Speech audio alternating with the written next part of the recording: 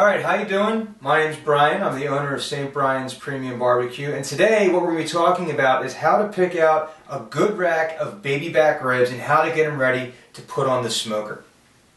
So what I have here is I've got two different racks of baby backs from two different things. One I got from a premium grocery store. The other one here I got from my butcher down at Reading Terminal Market. That's where I usually go to pick up all my meats whenever I'm getting ready to smoke. So the first thing is they're both perfectly fine racks of ribs to smoke. There's nothing wrong with either one of these. What you want to look for when you're picking out a rack of ribs to figure out which ones are the good ones or the bad ones. First of all is you want to take a look. Baby backs are nice because they've got a nice marbling on there. They've got a nice little layer of fat. Helps really keep the ribs moist, keeps them tender when you're cooking them. Adds some really, really nice flavor. So you're looking for some good marbling. That's the first one. You can see on both of these racks, you can see some excellent marbling on there. So right away, I'd say they're both fine. The second thing that you want to check for is the smell. When you open it up, when you first get it, when you first get your ribs, you're going to notice a smell. Meat has a smell. And it should be there and gone. If you're noticing that there's a persistent, almost rotten smell to it, or a persistent meat smell that won't go away, you might be a little circumspect on the meat. You might want to have someone check. You might even want to ask your butcher. So, as you take a look at these guys here.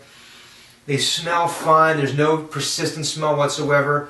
Great, so that's fine too. Now, I bought these ribs fresh, so we're not going to see a lot of fluid leaking out of them. If you are seeing a lot of fluid leaking out of them, that's a sign that the ribs probably aren't good and you probably should not cook them. The real difference now, the reason why I have both of these out, there's a real difference between these two racks right here.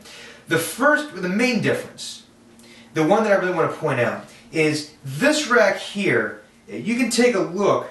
You can actually see the bones on the front side, not on the back side here. That's different. You're going to be able to see the bones on both of these on the rear side here. Okay?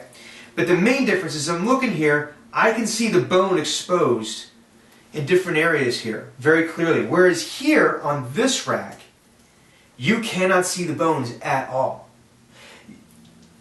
Covered in meat, covered in fat, really juicy, nice and thick. This is what we call a rack of shiners.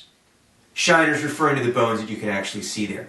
So, if given a choice, always go for the meatier one, because what this means is that as the butcher was slicing this up, they were using more of the meat for other cuts, for other products, and they're really just leaving you the bare bones here, literally and figuratively. It doesn't mean that these won't smoke up nice. It doesn't mean that they won't taste fine. They probably will, but I know when I have a rack of ribs and I'm eating, I really want to be able to sink my teeth in. And that's what you're going to get out of this. And here's the other big difference too. I got these guys for $8.99 a pound.